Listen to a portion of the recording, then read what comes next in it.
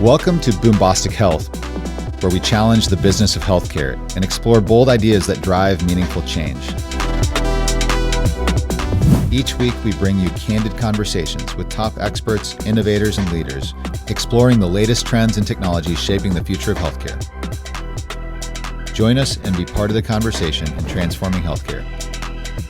Well, welcome to BoomBostic Health. We've got another bold innovator joining us today, Simon Arkell. I may refer to him as Ark. He's sort of a famous Australian, which we'll learn more about. But Simon has ventured over the past decade plus into applying artificial intelligence in healthcare.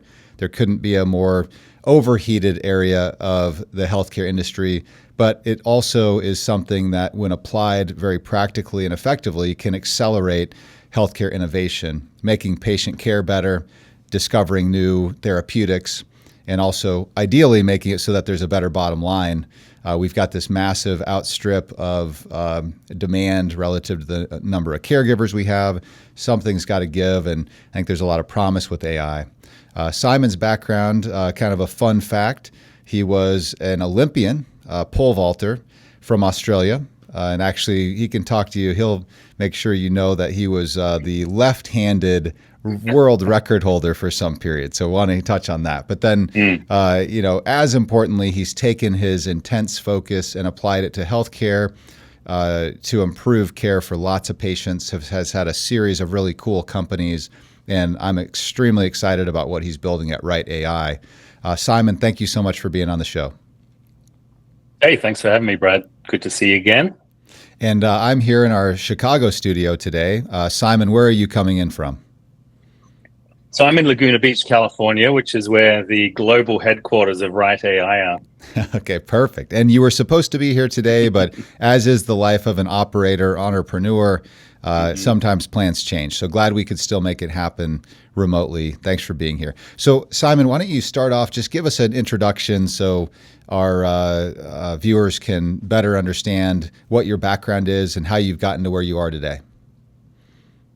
Yeah, well, thank you for asking. So you and a number of other people seem to quote that very random fact, but I'll have you know, I was a national record holder, 9 national records, went to a couple of Olympics, world champs, etc. But the only thing anyone ever remembers me for is that I had the left-handed world record for 30 years, and that is not even a record. So it seems that's like the one memorable fact, and hey, I'll go with it. So why not? It's like a Guinness book. It's like a Guinness book record, you know? It's actually not. So funny you should mention that. I have a friend who thought that was so impressive. So he wrote away to the Guinness Book of World Records, and he said, hey, I've got a friend who has the world record for left-handed pole vaulters. And even the Guinness Book of World Records wrote back and said, sorry, no, that's too obscure. Well, in any event, it's pretty awesome that you're an Olympian, and also awesome that you're an entrepreneur. So talk to me about what you're doing at Ryght. Yeah, so this is having come to the US in the 80s on an athletic scholarship and staying in the US, I fell in love with tech and doing startups. Had to start companies when I couldn't get a full-time job while I was training, and then that just kind of transferred. And so this is my 7th company, 5th venture-backed software company. And the last 3 have been in health tech, specifically analytics, or AI as it now is called. And Ryght AI is a fairly new company. We started at the beginning of 2023, and we've got a great team of world-class operators who've come together after a recent success. So I was one of the founders of a company called DeepLens, and we used the old AI, which was natural language processing and even machine vision AI, to match patients to clinical trials. A pretty narrow segment, and we only focused on community oncology in the US. And we had a great outcome in that we were acquired by Paradigm, which is a company that was founded during the peak ZIRP days, zero interest rate days. And they raised a ton of money, gave a chunk to us, and then are on the way with that asset and doing quite well, as I understand. But when I left Paradigm and realized that this ChatGPT thing was different to anything I'd previously seen, a few guys and I started to research really what the implications could be on healthcare and life sciences. And it actually turned out that any of the limitations that we previously had in NLP were really overcome in a very big and dramatic way with this new technology, which of course we call generative AI now. And so we started Ryght to focus on a much broader mandate than we did at Deeplands, and that is to provide software to biopharma, so biotechs and pharma companies, but also to grow a site network of sites that could be using this. And these sites are research sites. They could be small community sites. They could be large academic medical centers. They could be country systems in other countries around the world. And we have a vision to effectively bring together all of the stakeholders in clinical research, which is a very big, bad, broken industry, $81 billion industry globally, just on the clinical trial side. And just so many areas for improvement that previously were unaddressable that are now addressable with generative AI. So we're on the way. We're venture backed. We've got a team of 20 and we're really doing quite well. Yeah, I've been impressed by the announcements of new team members. I think you recently added a new chief medical officer. Yeah, we did. We added Chadi Naban, Dr. Chadi Naban. He's a very well-known hematologist, oncologist, who's also based in Chicago. And he previously was the CMO after operating in clinical research at academic medical centers like University of Chicago. He was the CMO at Cardinal Health, and then he ran the Precision Oncology Alliance, which is a group of systems around the world for Caris Life Sciences. So really knows his stuff. He's come on and basically just making incredible strides for us as we plug in and create a global site network. That's awesome. Well, he'd be uniquely positioned to help you with that. I'd love to have him on the show sometime. Yeah. Yeah, he has a really well-known podcast and he's a well-known author as well. So his podcast is called Healthcare Unfiltered and he's got a couple of books out too. So you guys can compete over audience sizes, if nothing else. Yeah, well, I think we need everybody pushing as hard as possible to make healthcare move in the right direction. So glad there are others out there who are doing the rising tide thing. So AI is the most overused term in all of healthcare, and also as an operator, entrepreneur, I've been in and around tech for a long time, and we've been applying advanced data science that now all seems to fall into this bucket of AI for a long time. And there's a lot of benefit to the fact that now there's this mind share about why this is important, but it's also kind of overheated, right? Like, so what do you folks do that, like, explain what you're doing that actually is generative AI? Because I don't think it's sort of like everybody started saying cloud 15 years ago, no matter what, even if they had some kind of COBOL that they were putting lipstick on a pig. Now everybody says AI and they don't even know how to spell it half the time. So maybe just explain, like, how are you practically applying AI in a real way that is generating this leap that you couldn't do before? Yeah, my first venture-backed software company was in 1998, and we added a .com to the end because that was what you did back then. Right, so yeah, everything was similar. .com. Yep. Yeah, and then you're right, cloud. But in AI, I think that you can delineate the market of vendors, that is, between companies that use AI from someone else as a feature to maybe improve their product, or give them the ability to say we're an AI company, which they're typically not, and those that really are developing technology that is somewhere in the stack within AI. Now, where we focus is in a couple of areas. There are ways and problems that can be addressed with artificial intelligence that are much different, as I mentioned earlier. But I think there's a problem in creating just a little GPT or a little co-pilot that could sit on someone else's infrastructure, because that's not always going to be the model that you may want to use. And it's not necessarily the only problem you're ever going to want to solve with AI. We believe that there is a need for a platform that's future-proof so that our enterprise customers, which are the biotech and the pharma companies, can solve real problems. And that's not going to be with some little GPT that you ask a question of in a chatbot. Maybe the interface should be completely different and look like a traditional application, or something new that we haven't seen before, but leverage generative AI because it's such a different paradigm. And we built a platform that is future-proofed in that it sits above the ever-changing landscape of different models and services in AI. So every single week, we read about and hear about new models that are coming out. So, of course, OpenAI, they just raised $6.6 billion the week before they came out with O1, their model. And it does some incredible reasoning, and it's the latest, greatest right now. But the month before that, it was Llama 3.2, which just came out. That's open source. Okay, open source with secure endpoints is very different to picking OpenAI through Microsoft Azure as an example. Then you've got Anthropic, but there are literally 1 million models that are in Hugging Face, which is basically the open source repository for these language models right now. So if you're an enterprise, how do you have an AI strategy that doesn't think about the future and your ability to leverage all of the very best technologies as they come on board?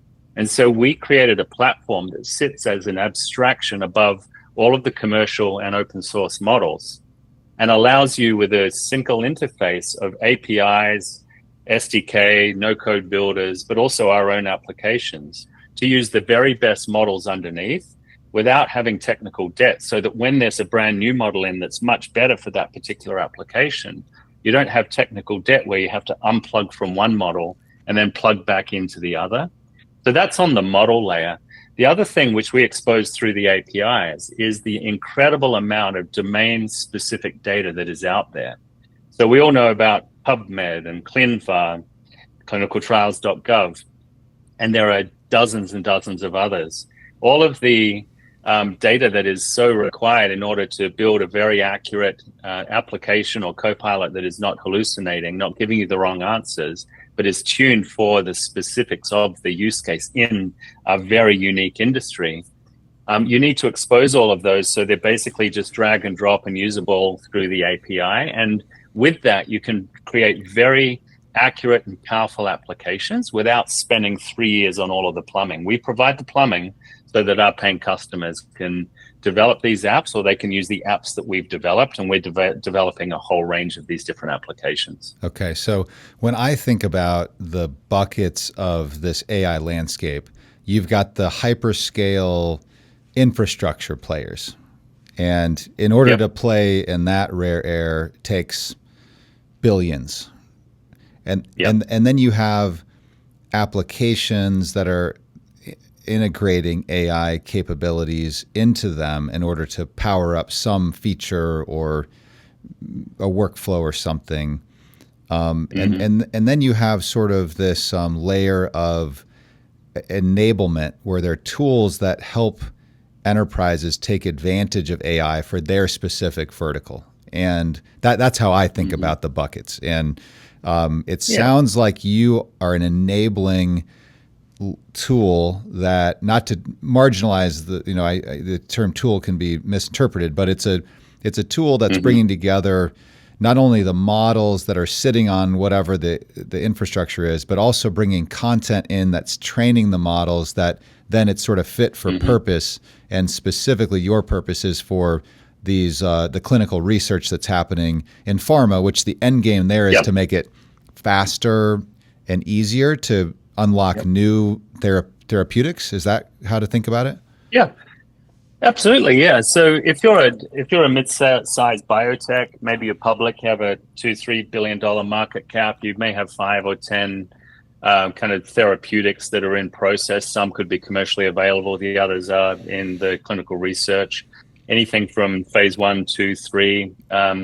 If you are running these trials, you're gathering a lot of data as to obviously the response of the patients who are on the trials, maybe the operations and all of this stuff that helps. If you can put your arms around this data, it can help you much more efficiently move from one phase to the next. Because the ultimate goal is to, from day zero, when you first identify this molecule as a particular potential drug, you have to do the competitive analysis, which requires pulling a huge amount of data from the open source, if you will, public source data, and your own internal proprietary data, mash that up, and it's all unstructured, and you need to make sense of it. So we have one application, which is around clinical trial intelligence. And now you can say, okay, if I'm going to take this molecule, target it at triple negative breast cancer, then what are the competing studies, and what's the market size for me to go after that particular indication? Next, I want to write the protocol. I need to generate a whole ton of documents for the FDA. We have a medical writing suite of applications that allow documents that typically would take an organization between 15, 20, even 30 hours to develop, like an informed consent document, and squeeze that first draft down to just a 20-minute process. The next one is identifying sites globally that could be potential and predicted to be high probability of success sites for my clinical trial, who are not just treating the patients that are right now the only indicator of whether I pick a study as a sponsor these days or a CRO. But is that site predicted to be successful? What if there are a lot of patients at a particular site in Belgium for this triple negative breast cancer, but they're running 7 competing studies? I love this right AI. now. Hey, look, we're seeing AI in action, Simon. Are you seeing when you're doing your thumb like this, it's giving a thumbs up inside of Google Meet? Did you see that? I didn't even see it. It was amazing. I mean, Someone got balloons. I was like, you're talking about AI and it's literally like lighting up with your thumb over and over. I was wondering why you were laughing at me. We're talking about This is cancer some here, serious... Brad. It's not funny. Oh, no, absolutely not funny. And as you're aware, my tragedy and cancer is why I'm here. But yeah. Point being, and we're all committed to it. But so, can it make a thumb go up? Can it make a thumb go up on the screen though? I'm sorry. So, but to net it we're out, working on that actually. To net it out though, you're creating, or have created, it sounds like, this accelerant that throughout the entire journey of clinical research, you've made it so you've added this turbo charger where everybody who's involved, you get them out of the ditch digging work and the manipulation of spreadsheets and research nonsense that's just replicating. It's not really the discovery part. It's like the foundation. And that's just sort of automatically there. And then these experts are able to really play at the top of their expertise. Is that fair? I think it is fair, but we didn't want to be a medical writing software company. That just seemed like it wasn't challenging enough. We believe that will be commoditized over time. Being a platform company is super dangerous because you've got Amazon, AWS, and Azure and others that are coming up with tools, etc. Domain specificity is still a unique selling proposition for us. You may hear it first, but we may or may not be announcing a site network strategy in the next couple of months. And so think of a scenario where you have thousands of sites that are running this technology. And now and you're the CRO or the sponsor, now instead of sending out faxes and emails with attachments to a list of 400 sites that you may have purchased from somewhere or worked with before, or maybe you went to medical school with the guy who's running that site. Now you can see in real time, think of a real-time heat map and a report that tells you exactly which sites are perfect for your study for the following 7 reasons. And here's the predictive model, projection or prediction as to why that site can be successful for your study. So it's no longer about how many patients you're treating. It's about, is your site predicted to be successful on this particular study? Because the input variable to that model is, of course, how many patients you have, but it's how many competing studies. Is the PI who's been successful in the past still there, etc. And so we may or may not have just heard a potential future announcement of how this is going to revolutionize the way that you're able to identify those individuals who should participate in studies because of the fact that they meet all these characteristics. Is that what I'm hearing? All I'm telling you is that having tech to write documents and do things more efficiently is one driver of this technology, and that's where SaaS vendors like us can generate a real business. But the big unlock is whether you can have a real-time exchange of value without having to send a fax. Now, we operate in an industry where fax machines are still used every day. there's no better industry to to put AI against than Right. an industry like this that has such complex manual workflows. Right. And the big opportunity is that you come out with that blockbuster drug in 11 years instead of 13, or 9 years instead of 11. And when this is a multi-billion-dollar a year drug, the ROI is obvious. Okay. And so that's the motivating factor just economically, because we talk a lot about the business of healthcare here. There are a lot of great ideas and innovations, but if there's no way to get them paid for, they end up dying off. In this case, there's a massive reason to engage here because it could bring a blockbuster drug to market years sooner. Yeah, and we've all been affected by cancer, and this is across all diseases, of course, but we choose to focus on oncology initially.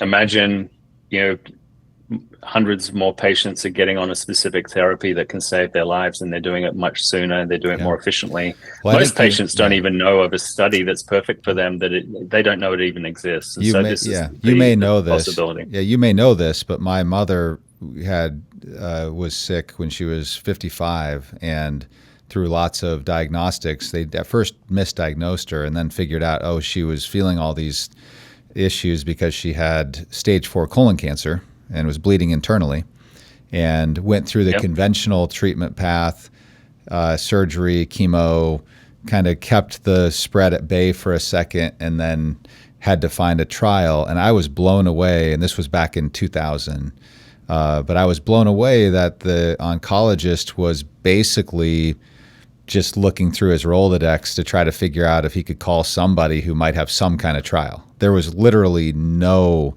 automation or visibility at all. And it wasn't it was certainly very concerning and not very helpful. And I think as importantly as the fact that she lost her own life, which was catastrophic, and there were many steps that could have happened to prevent ever even having colonoscopy, which, public service announcement, get a colonoscopy. It's a really easy way to save your life.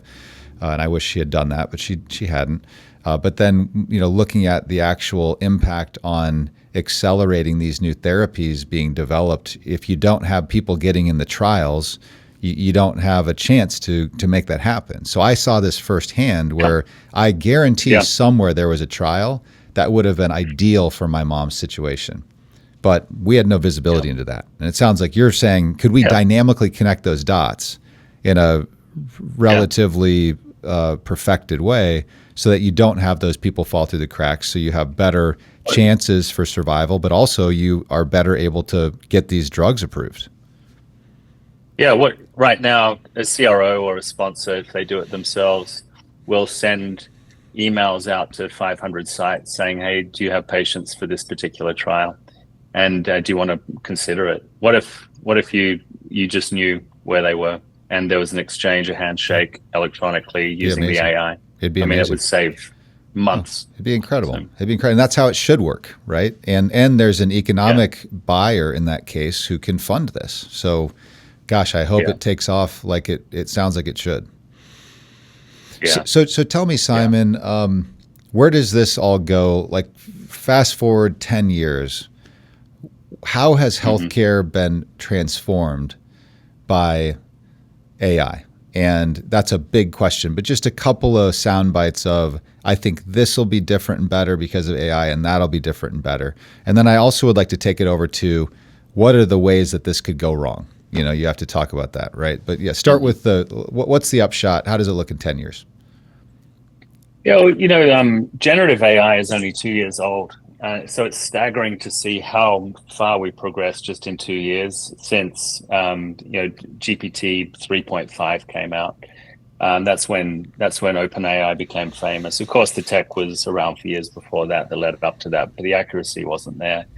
If you consider how much has been achieved, up to the point of GPT-01 recently with reasoning models, where it literally can go back and forward and reason with problems, and the accuracy of the output, the complexity of the workflows are just so much better. You imagine what's going to happen 10 years from now. I mean, this stuff is only accelerating. Moore's law on steroids has seen the cost and the speed of inference come down Costs come down by 85% every 12 months, but the performance is just through the roof.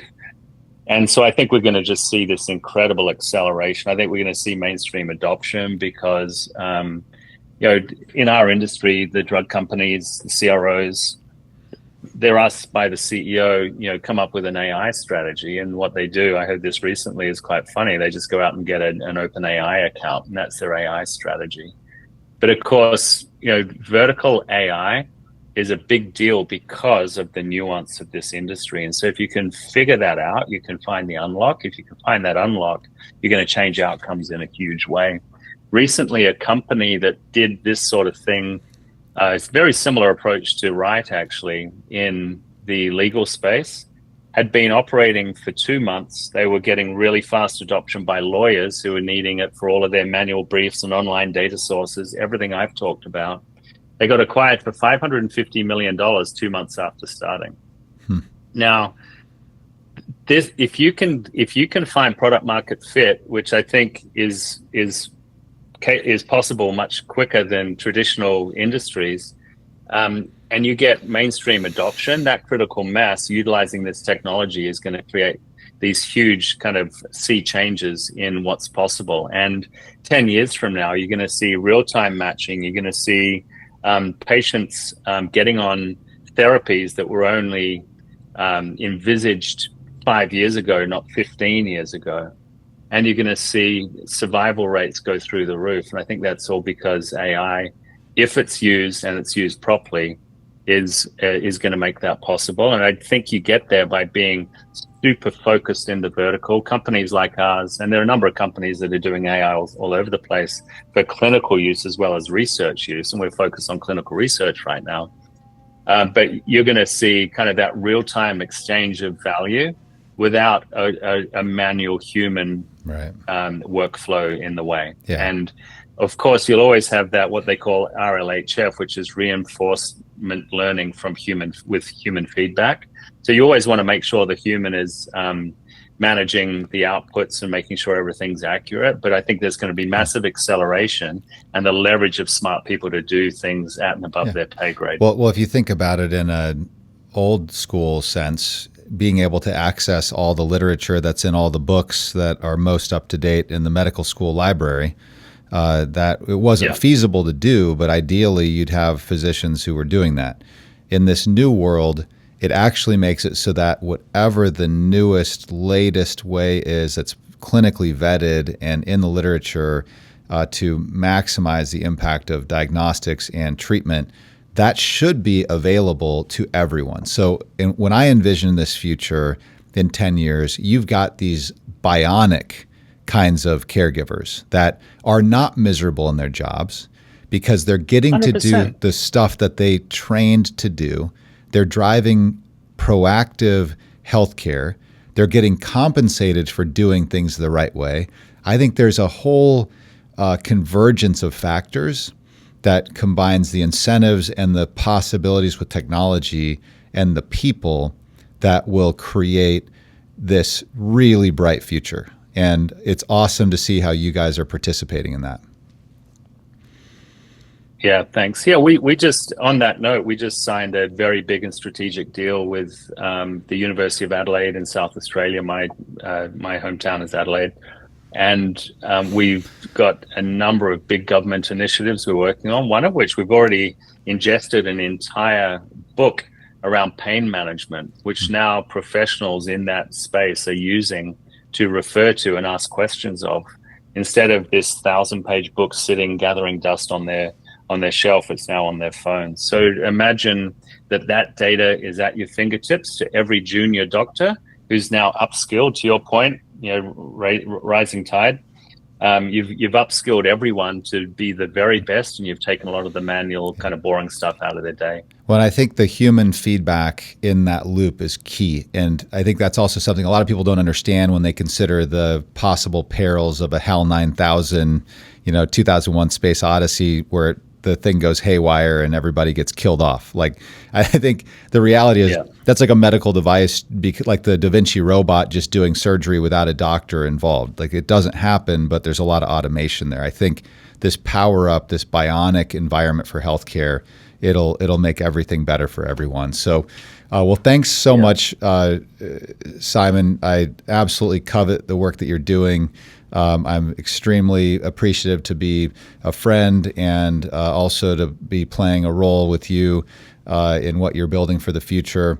Excited about a lot of collaboration and the value we can unlock together. And also we'll be watching closely to see how you're transforming this whole clinical trial space. If anybody can make it happen, you can. So thanks for being on BoomBostic Thanks Health. a lot, Brett.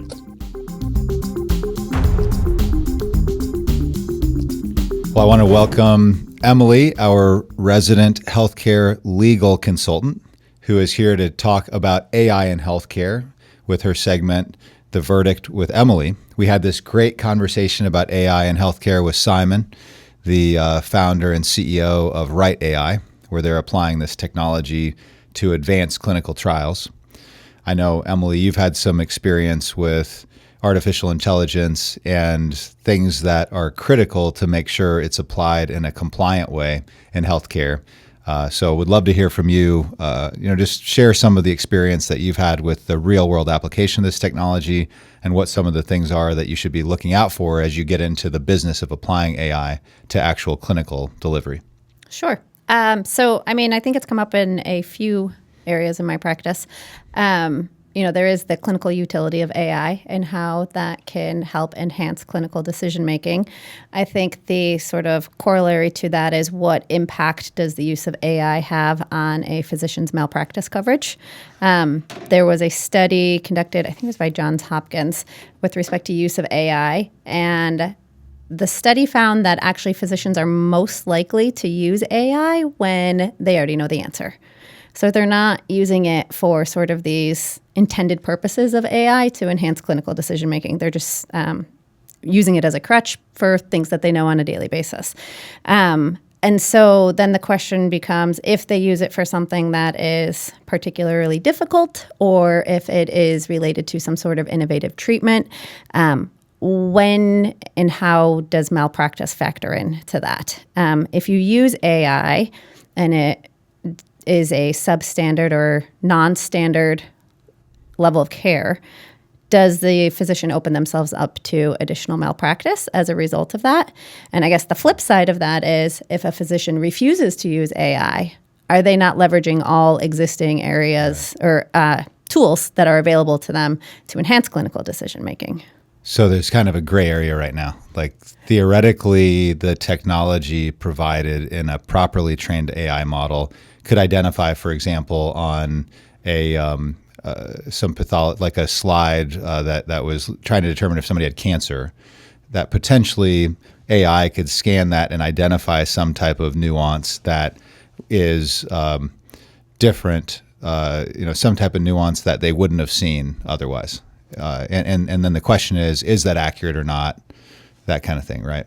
Yes, but with respect to breast cancer specifically, what I have been told is that for pathology slides, the usage of AI to enhance the read, to see deeper into the tissue and sort of find those issues that might not be readily apparent to the naked eye, are leading to, and I'm not the physician, this is just what I've heard, but are leading to treatment of those conditions, whereas ordinarily the physician might take a wait and see approach. And so there are sort of secondary cancers that can result when you treat something prematurely, when you could just monitor it and not intervene with medication.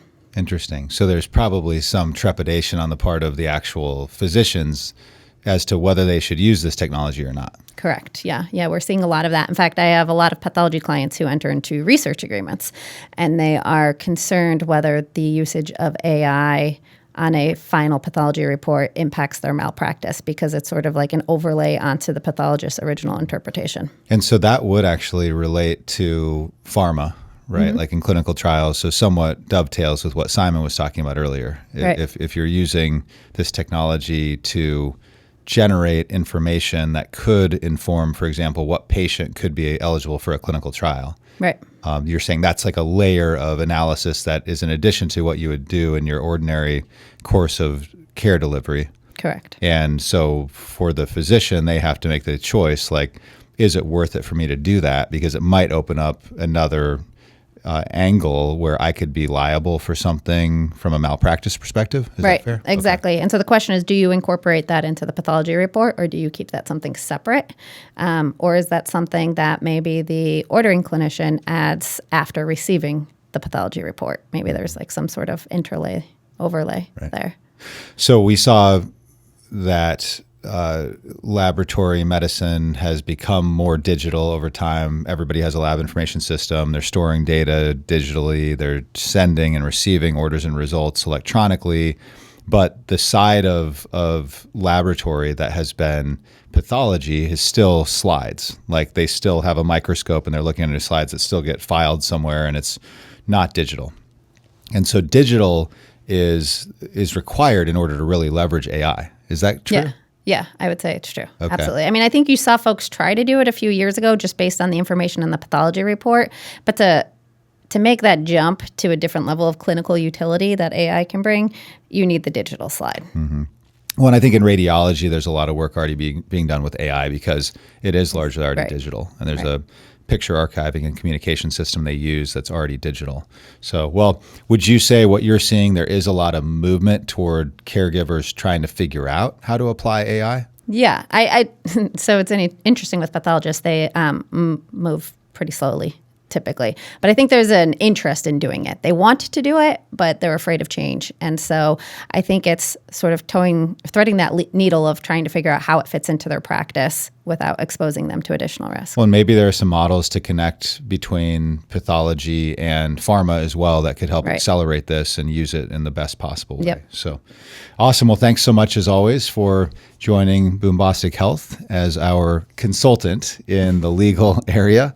I really appreciate it. Thanks again for joining BoomBostic Health. It was great having you. Enjoyed having my friend and business partner, Simon Arkell, on to talk about the innovations that are being unlocked by Ryght AI for advancing clinical trials, and also covering with Emily, our resident legal consultant, how AI should be considered from a regulatory perspective, specifically in the area of pathology, but also how that relates to pharma and other potential uses of this very promising technology, but it's a very formative time. So we all need to be mindful of how to push the envelope as fast as possible, but also consider the ramifications from a regulatory and a legal perspective. Thanks so much. We'll see you next week.